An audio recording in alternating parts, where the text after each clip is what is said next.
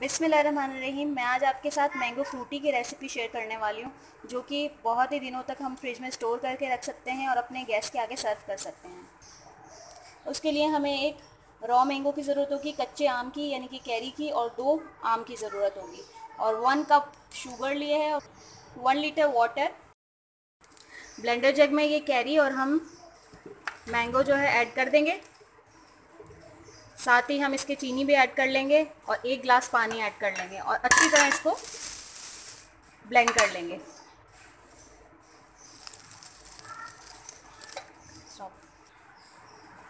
एक sauce pan लेकर हम इसमें ये जो हमने पेस्ट बनाया है इसको पकने के लिए रख देंगे।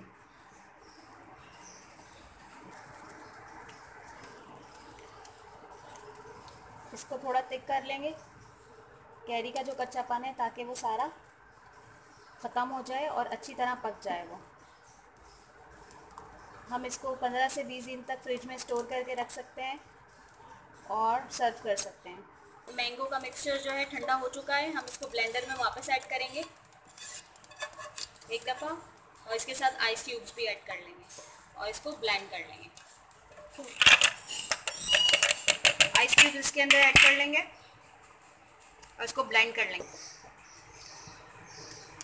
अब इस पेस्ट को हम जग में पानी में ऐड कर लेंगे, वो जो 1 लीटर पानी था।